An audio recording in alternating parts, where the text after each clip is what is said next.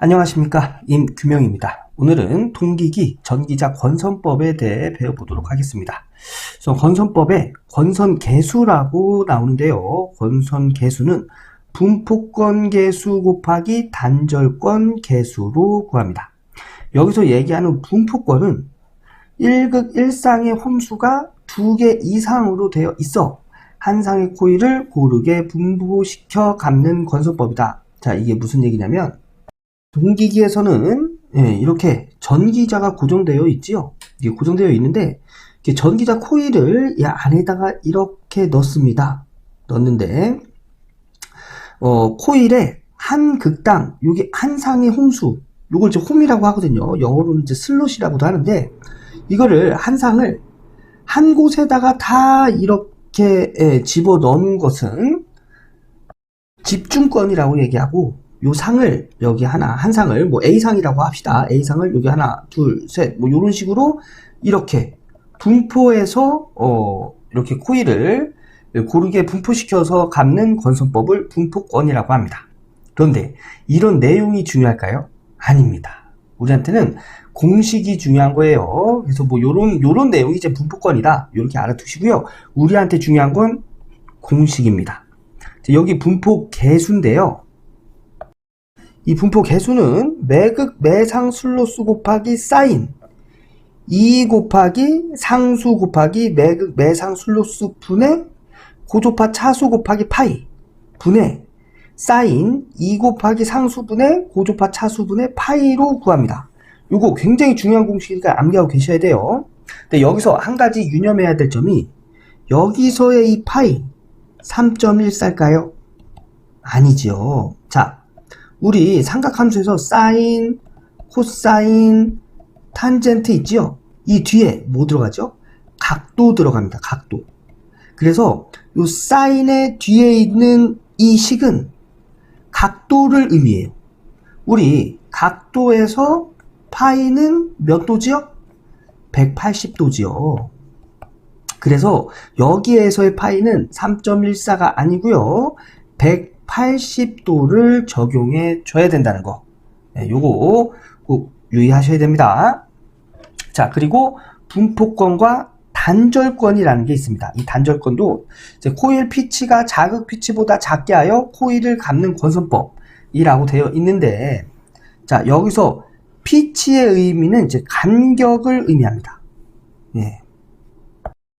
자, 동기기는 여기 자속을 일으키는 계자가 회전하는 거죠. 계자가 있습니다. 극은 1개, 2개, 3개, 4개, 4극으로 되어 있는데, 여기서 코일 피치, 코일을 갚는 피치가 자극 피치, 자극 피치는 극과 극의 간격을 의미하죠. 여기서부터 여기까지를 의미합니다.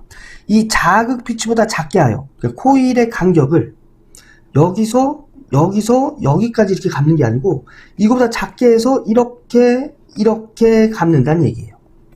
이렇게 감겠죠. 예. 그래서 요렇게 감고 뭐 이런 식으로 이렇게 감는다는 얘기입니다. 예. 그런데 좀 전에도 이야기했듯이 이런 내용이 중요할까요? 아니죠. 우리한테는 중요한 것은 공식입니다. 단절권 계수는 사인의 2분의 고조파 차수 곱하기 극간격분의 코일 간격을 여기 베타로 표시하거든요. 그래서 극간격분의 코일 간격 곱하기 파이, 여기서 파이 3.14일까요? 아니죠. 사인의 뒤에 계산된 식이기 때문에 이 뒤에는 각도를 의미합니다. 그래서 이때 파이는 180도를 의미한다는 거, 이거 꼭 유의하셔야 됩니다. 그리고 분포권과 단절권을 사용하는 이유가 있어요. 자, 분포권과 단절권의 장점은 기전력의 파형이 좋아지기 때문에 분포권과 단절권을 사용하는 겁니다. 네, 여기까지가 동기기의 전기자 권선법 분포권과 단절권에 관련된 내용입니다. 이 내용 출제 빈도가 굉장히 높은 내용이니까 꼭 숙지하고 계셔야 됩니다. 자, 이 내용으로 기출문제가 어떻게 출제되었는지 확인해 보도록 하겠습니다. 네, 나합격 전기기사 교재 2013년 1회 55번으로 출제된 문제입니다. 동기기 권선법 중 기전력의 파형이 좋게 되는 권선법, 뭐라고 그랬죠? 단절권과 분포권. 그죠? 분포권과 단절권이라고 했죠? 그래서 여기 보기에 답을 찾아보면 1번에 있네요. 네, 단절권과 분포권. 다음 문제 볼게요.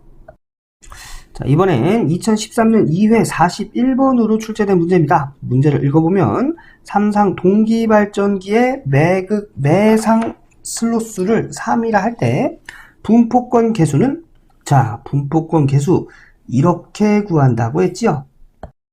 자, 여기다가 문제에서 준 단서들을 하나씩 넣어 볼까요? 삼상, 상수는 m이라고 했어요. m. 그리고 매각 매슬로스는 3. 매극 매상 슬로스는 q라고 했습니다. 그래서 여기다가 문제에서 준 단서를 넣어보면 3 사인 2 곱하기 상수가 3상, 매극 매상 슬로스가 3. 그리고 고조파 차수 뭐 이런 거 주지 않았죠? 뭐 지금까지 고조파 차수를 준 문제는 없었습니다. 예, 차수를 주지 않으면 그냥 1이라고 보는 거죠.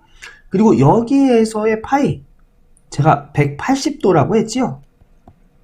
그래서 180 적용해 주고요. 예, 분자도 사인 2 곱하기 상수 3. 여기서 고조파 차수 1을 적용해 주고 파이는 180도 하면, 예, 밑에다 할까요? 그러면 3 사인 18이 되겠죠? 2 곱하기 3 곱하기 3은 18 에다가 180 분의 사인 6분의 180 하면 얘는 30도 되겠네요. 그죠? 30도. 사인 30도는 2분의 1이죠? 2분의 1. 그래서 요것을 다시 여기다 정리해 보면 3 사인 18분의, 그냥 요 180은 파이로 두겠습니다. 파이분의, 예, 사인 30도가 2분의 1이라고 했기 때문에 2분의 1.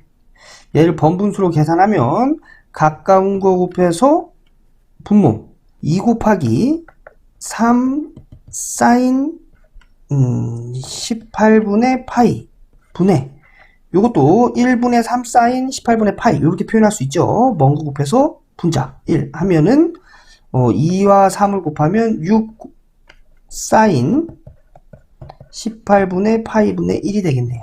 그래서 요것과 똑같은 게 3번이 되겠습니다. 그래서 분포권 개수 이렇게 구한다는 거, 이런 유형의 문제 자주 출제되니까 이거 꼭 한번 풀어보셔야 됩니다. 자, 마지막 한 문제 볼게요. 자, 이번엔 11년도 2회 48번으로 출제된 문제입니다. 4극 3상 유도 전동기가 있다. 총 슬롯수는 48 곱하기 매상 슬롯에 분포하고 코일 간격은 극간의 75%의 단절권으로 하면 권선 개수는 얼마인가? 문제를 보면 이 문제는 유도 전동기라고 했습니다. 우리가 배운 건 동기기 권선법인데 여기는 유도 전동기의 권선 개수를 구하래요. 이 얘기는 뭐냐면 유도 전동기에서도 분포권과 단절권을 사용한다는 얘기예요. 예, 우선 중요한 거는 공식을 대입해서 문제를 해결하는 게 중요한 거예요. 자, 보면 문제에서 물어보는 게 권선 개수죠. 권선 개수는 분포권 개수와 단절권 개수를 곱해서 구한다고 했습니다. 그럼 분포권 개수부터 구해볼게요. 분포권 개수는 매극 매상 슬로스 사인 2 곱하기 상수 곱하기 매극 매상 슬로스 분의, 예, 그 고조파 차수 곱하기 파이, 여기서 파이는 180도라고 했습니다. 이거 분의 사인 2 곱하기 상수분의 고조파 차수 곱하기 파이 180도. 네, 문제에서는 매극 매상 슬로스를 주지 않았죠. 매극 매상 슬로스는 상수 곱하기 극수 분의 총 슬로스로 구한다고 공식에서 제가 말씀드렸습니다. 그럼 우선 매극 매상 슬로스부터 구해볼게요. 상수 3상 되어 있지요. 그래서 3상 곱하기 극수 4극이라고 줬습니다. 분의 총 슬로스 48 하면 12분의 48 매극 매상 슬로스는 4라는 걸 알 수가 있는 거예요. 요거 가지고 이제 분포 개수 구해 보도록 하겠습니다.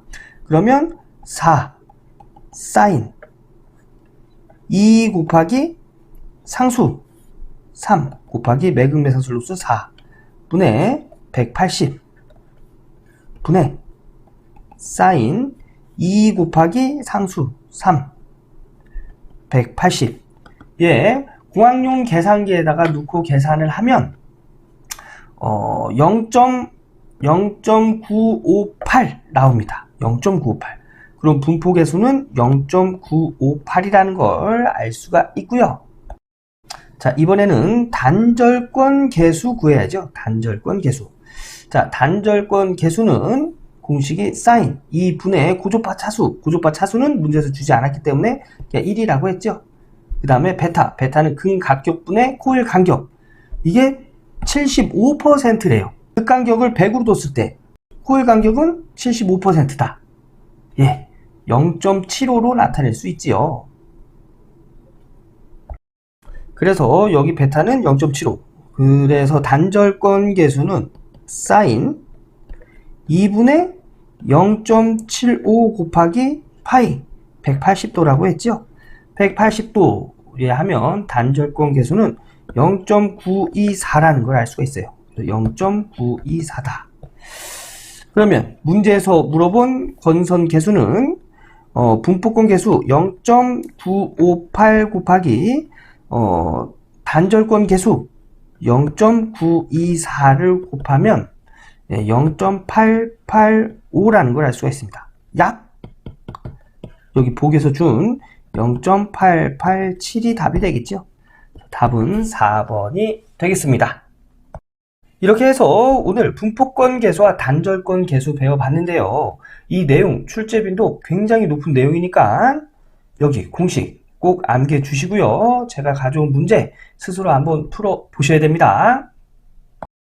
오늘 강의는 여기까지 하고요. 저는 다음 강의에서 인사드리도록 하겠습니다. 전기기사, 전기산업기사 취득의 지름길 전치모 기억해 주세요. 감사합니다.